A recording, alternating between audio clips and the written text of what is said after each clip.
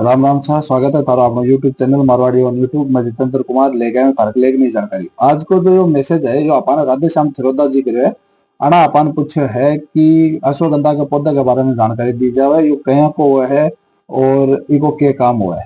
तो अश्वगंधा को जो पौधो है इको वैज्ञानिक नाम है विथेनिया सोमनिफेरम।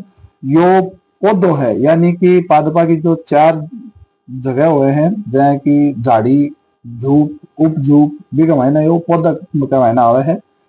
यो जो विश्व के मायने वेदानिया कुल का मायने यो पाए जा है। वेदानिया कुल का जो पौधा है ये स्पेन मोरक्को जॉर्डन मिस्र अफ्रीका पाकिस्तान भारत तथा श्रीलंका में प्राकृतिक रूप में पाए जा। भारत में जो इनकी खेती है वह 1500 मीटर की ऊंचाई तक कई क्षेत्रों का मायने करे जा है। भारत के पश्चिमोत्तर भाग जैसे कि राजस्थान है महाराष्ट्र है मध्य प्रदेश पंजाब गुजरात उत्तर प्रदेश एवं हिमाचल प्रदेश आदि जो जगह है बड़े अश्वगंधा की खेती बहुत ही अच्छी तरीके से करेगा।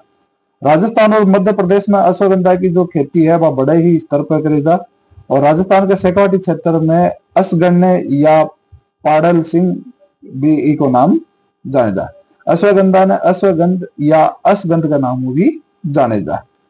अब बात आवे इस पौधा के परिचय की। तो अश्वगंधा एक द्विबीजपत्री पौधा है। द्विबीजपत्री को मतलब है कि एक बीज के मायने दो बीज पत्र हुए जो कि सोलेनेसी कुल को पादप है।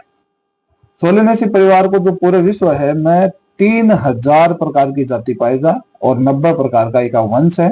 एक मायने दो जातियां ही केवल भारत के मायने पाई जाए। इस जाति का जो पौधा है वह बहुत ही ज्यादा टहनी आला हो यानी कि बहुत ही ज्यादा बन मायने शाखा निकलेड़ी हुए। ये हमेशा सदाबहार रहे यानी कि इनकी पत्तियां को नहीं गिरे झाड़ी नुमा हुए और इनकी जो लंबाई है वह लगभग 1.25 मीटर तनी हो है। इनकी जो पत्तियां हैं बड़े के ऊपर छोटी छोटी बाढ़ के समान यानी कि रोम युक्त अंडाकार संरचनाएं पाए जाए और ये पत्तियां हैं ये भी अंडाकारी हुए। ठीक है। फूल हरे होएगा और पीला तथा छोटा और 5-5 के समूह के मायने लागेड़ा हुए। एक जो फल है बिन बेरी यानी कि छोटे बेरिए के समान हुआ है जो कि एक मटर के जया को दिखा है और ये दूध युक्त हुआ है यानी कि अगर ते के बीज ने तोड़ोगा तो एक महीनों दूध निकले और पक्का बाद में यो लाल रंग को हो जाए। एक जो जड़ है वह 30-45 सेंटीमीटर लंबी हो है 2.5 लेके 3.5 सेंटीमीटर तक या मोटी हुआ है और मूड़ी की जगह की दिखा है देखने में। एक जो जड़ है एक बाह्य रंग है वो है भूरे रंग को और अंदर अगर यह देखी जाए तो यह सफेद रंग की दिखे। अब बात करा भाई के रासायनिक संगठन की यानी कि के रासायनिक संगठन पाए जाए। तो अश्वगंधा की जो जड़ है वह 0.13 लेके 0.31% एक महीने एल्केलॉइड की मात्रा पाई जाए। एल्केलॉइड एक प्रकार कुछ थोड़ो मादक पदार्थ ही हुआ है जिसको उपयोग दवाइयां का अंदर करे जाए।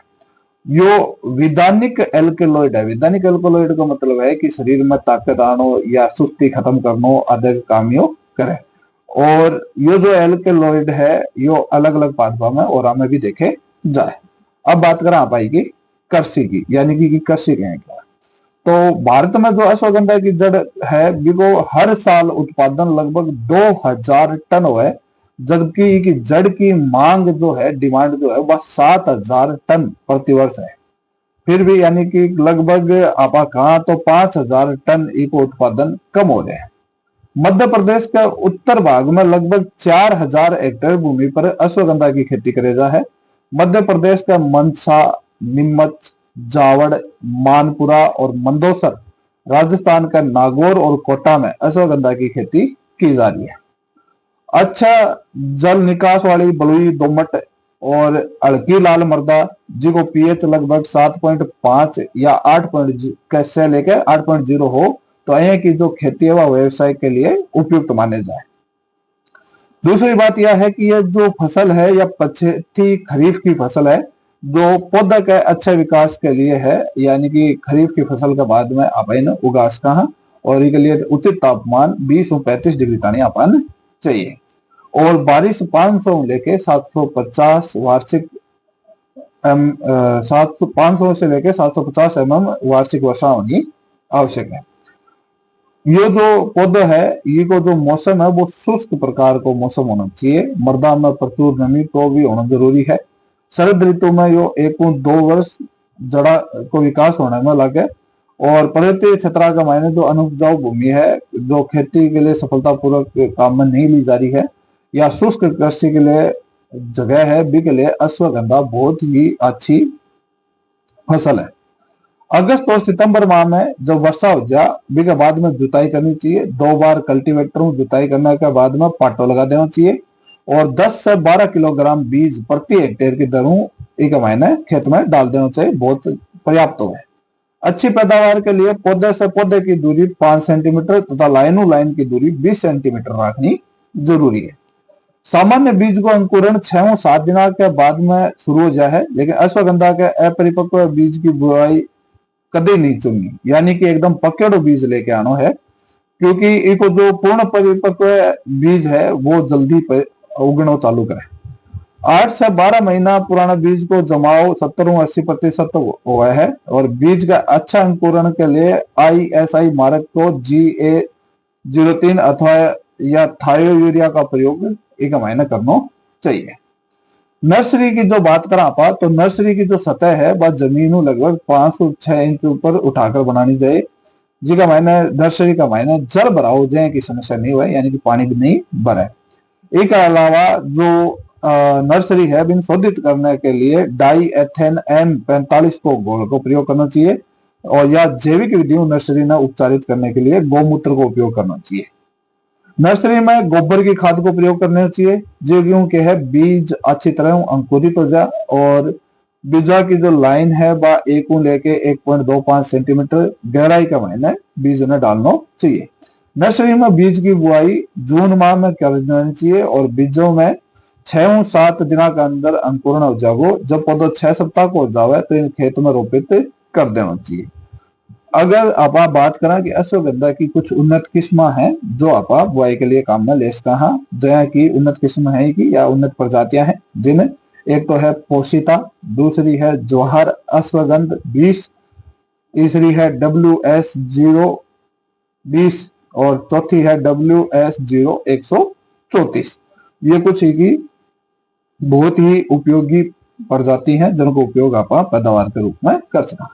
अब अगर आप बात करा कि खाद और उर्वरक के रूप में आप के काम में ले सकते हैं, तो औषधीय पौधे है जिसके कारण जड़ को प्रयोग व्यावसायिक रूप में करे जाए, एक महीने रासायनिक उर्वरकों को प्रयोग नहीं करना चाहिए, क्योंकि रासायनिक उर्वरकों का उपयोग करने के बाद में एक जो गुणवत्ता है वह घट जाए। एक महीने रासायनिक उर्वरकों को प्रयोग नहीं करना चाहिए। एक फसल में आप थाने यो पता होना चाहिए कि कम से कम आप ज्यादा रासायनिक पदार्थों का उपयोग तो कोई नहीं कर सका, पर एक महीना आप अमोनियम नाइट्रोट को उपयोग कर सका हाँ, जिसका मायने क्या है कि जो अपन फसल है बिको उत्पादन थोड़ा ज्यादा मिले। या कुछ शोध भी हैं जैसे कि जिब्रेलिक एसिड को उपयोग भी आप जड़ा का मायने अच्छे परिणाम लेने के लिए कर सका। खेत की तैयारी करते समय क्या मायने सड़ी गोबर की खाद या जैविक खादों को प्रयोग कर सका, यानी कि 5 टन प्रति हेक्टेयर की दरों अपन ये की जैविक खादों का उपयोग आप कर सका। बुआई के 25-30 दिन बाद में कतार का मायने छिटकवा विधि द्वारा फालतू पौधों को हटा देना चाहिए, यानी कि पौधा के सागे जो भी खरपतवार वगैरह हो गया वह हटा देनी चाहिए। 1 वर्ग मीटर में 30-40 पौधा रखना चाहिए और 1 हेक्टेयर में 3 से 4 लाख पौधा पर्याप्त होगा। निराई और गुड़ाई बुआई के 40-50 दिन के बाद में एक बार निराई गुड़ाई अवश्य करनी चाहिए, क्योंकि पौधे की अच्छी पैदावार और अधिक उपज के लिए फालतू पौधा निकालना बहुत ही आवश्यक हो जाए। अब आप जो बात कराएं कि वह है सिंचाई की, तो अश्वगंधा वर्षा ऋतु की फसल है। एक महीने में बहुत ज्यादा सिंचाई की आवश्यकता को नहीं हुआ है, लेकिन फिर भी मृदा में नमी की मात्रा कम होती दिखता है तो अपन सिंचाई करनी जरूरी हो जाए। जल भराव की समस्या होने पर जड़ का विकास में ठीक तरीकों मतलब जड़ की विकास है वह अच्छे तरीकों को नहीं हुआ है, इसलिए ध्यान रखना चाहिए कि खेत में जल भराव नहीं हुआ है। अगर जल भराव हो रहा है तो जल के निकास की उचित व्यवस्था होनी चाहिए। और जल भराव के पौधे की वृद्धि रुक जाए और पौधे मरना चालू हो जाए, इसलिए अश्वगंधा की खेती सिंचित और असिंचित दोनों दशाओं में की जा सके है, लेकिन खास ध्यान रखना है कि खेत में जल भराव की समस्या नहीं हुआ है। असिंचित अवस्था में जड़ की बढ़ावार अधिक हुआ है, क्योंकि जड़ा की पानी की तलाश में सीधी बढ़ती है और इनके शाखा भी निकले। अब बात करें रोग, तो रोग एवं कीट को प्रभाव पौधे पर वह है, परंतु व्यावसायिक दृष्टिकोण अश्वगंधा की फसल में ये एक नुकसानदायक नहीं है। क्यों? क्योंकि अश्वगंधा की जड़ काम में ली जाए, पौधा के ऊपरी भाग को कोई काम को नहीं हुआ। फरवरी का मार्च का महीना पौधा में फूल और फल आना प्रारंभ हो जाए। अश्वगंधा की फसल अप्रैल से मई में 240 और 250 दिन के पश्चात खुदाई के योग्य हो जाए। परिपक्व पौधे की खुदाई की सही अवस्था जानने के लिए फलों का लाल होना बहुत ही ज्यादा जरूरी है। पत्तियों को सूखना आदि बातों का अध्ययन करना चाहिए। खेत में कुछ स्थान से पौधों को उखाड़ कर उनकी जड़ों को तोड़कर देखना चाहिए कि यदि जड़ आसानी से टूट रही है तो जड़ा में रेशो न हो तो समझ लेना चाहिए कि फसल खुदाई हेतु तैयार है। जड़ा के अंदर रेशा हो जाने पर जड़ की गुणवत्ता में कमी आ जाए और पौधे को जड़ों सहित उखाड़ लेना चाहिए। यदि जड़ ज्यादा लंबी है तो जुताई क्रिया के द्वारा भी इन खोद के हवा निकाल सका। बाद में पौधे को एकत्रित कर जड़ों को काटकर पौधा अलग कर लेना, छोटा छोटा टुकड़ा में काट लेना और धूप में सुखा लेना। पके हुए फलों को हाथ से तोड़कर सुखाकर बीजों को अलग कर देना चाहिए, जो आप दोबारा बुआई के अंदर काम में ले सका।